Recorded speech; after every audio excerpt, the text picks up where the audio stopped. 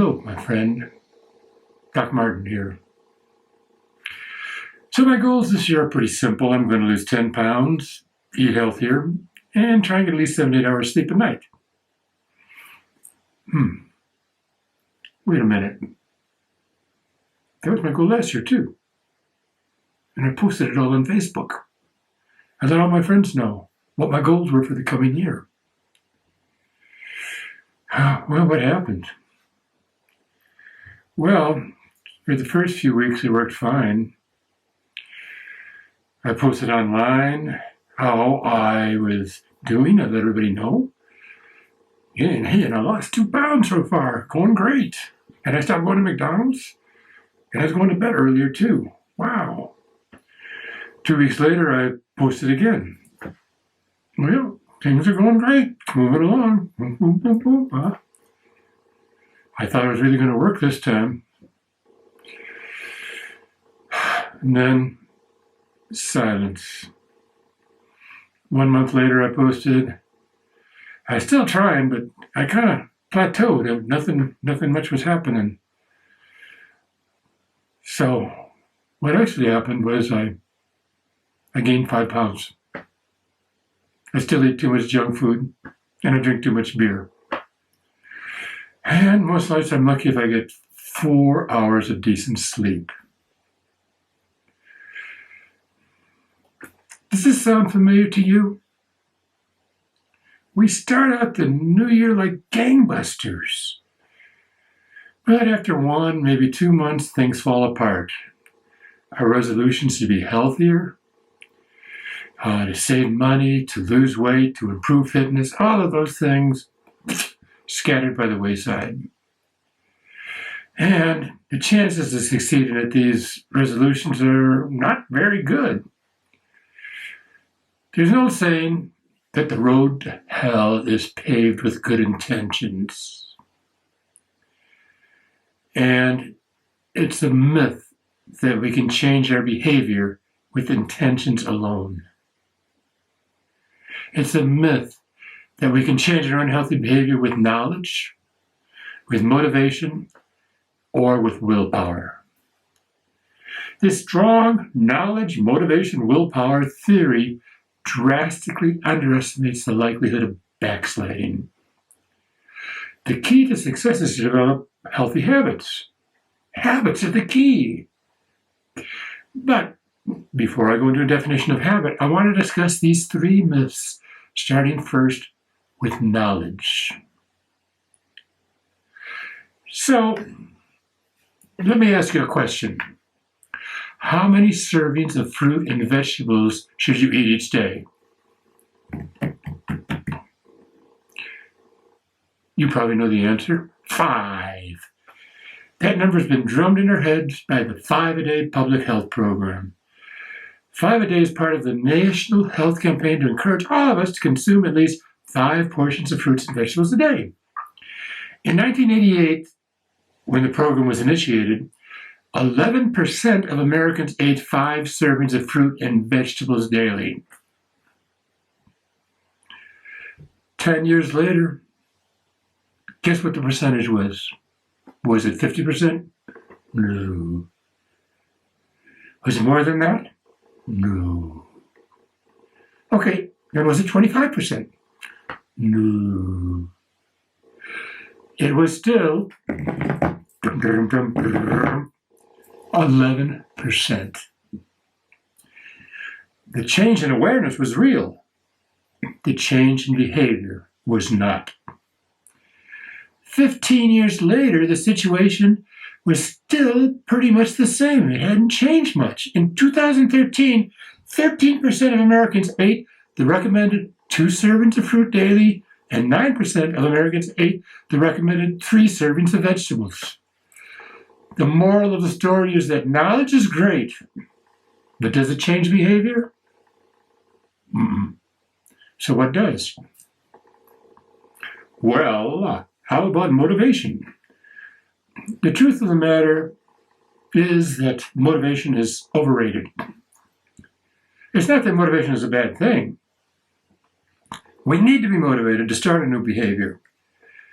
One of my favorite books is Motivate Healthy Habits by Dr. Rick Botello. The link on the book is below. But let me repeat, motivation is important to starting a new healthy behavior. And Dr. Botello, in his book, gives some great guidance on understanding the healthy and unhealthy forces of change and how to lower your resistance to change and increase your motivation to start some healthy habits. But the problem is motivation is unreliable. It depends upon how you feel, and that can change from day to day, from hour to hour. The motivation ride is a roller coaster ride with its ups and downs, up and down, up and down. Sometimes you got lots of it, and sometimes it's not even there. Some days you may feel like doing the exercises, and at other times, the energy's gone. It's very difficult to motivate yourself when you're tired, have a headache, feel sick, feel just like doing something else that's fun. The idea that motivation precedes action is not true. There's no rule saying that motivation, feelings, and actions must match. Steve Guys, in his book on mini habits, another link below, says that motivation sets us up for failure through the law of decreasing enthusiasm, a term he made up, but one that captures the fact of enthusiasm. It frequently wanes with the passage of time. That's why so many people drop their exercise plans after January. They feel they're not motivated anymore, and they stop working out. So motivation, while important, is not enough to sustain. So if it's not knowledge, or it's not motivation, then what is it? It's willpower, self-control, right? When we fail to resist temptation, it's often blamed on a lack of willpower. If only I had more self-control, if only I had more willpower, I would do this. I'd be able to stay on that diet, or I'd be able to keep exercising.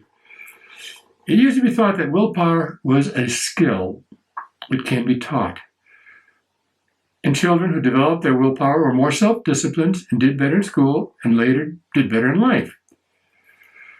But scientists, through a series of ingenious experiments, discovered willpower wasn't just a skill.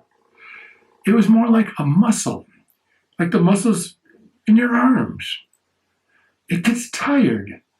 They call this phenomenon ego depletion. These findings explain all types of things.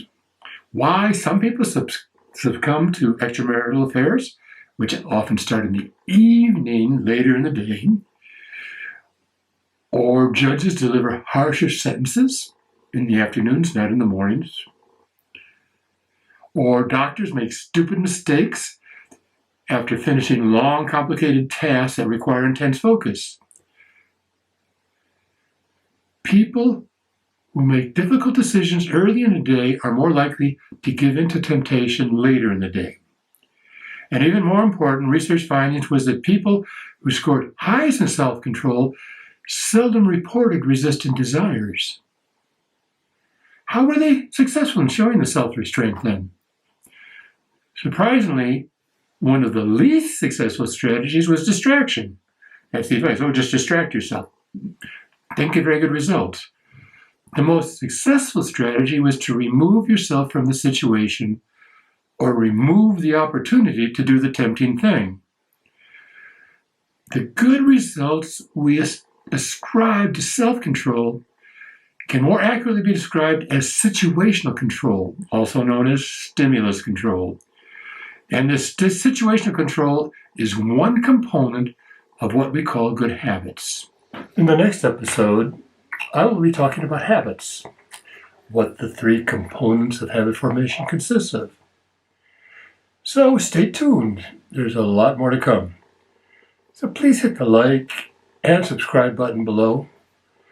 And turn on that little bell next to subscribe so you don't miss out on any of my future episodes. I think you're going to really like them a lot. Well, thanks for watching. And please leave any comments, you might have or suggestions for topics you'd like to see covered. I'd really appreciate that. So, until we meet again, just keep on trucking.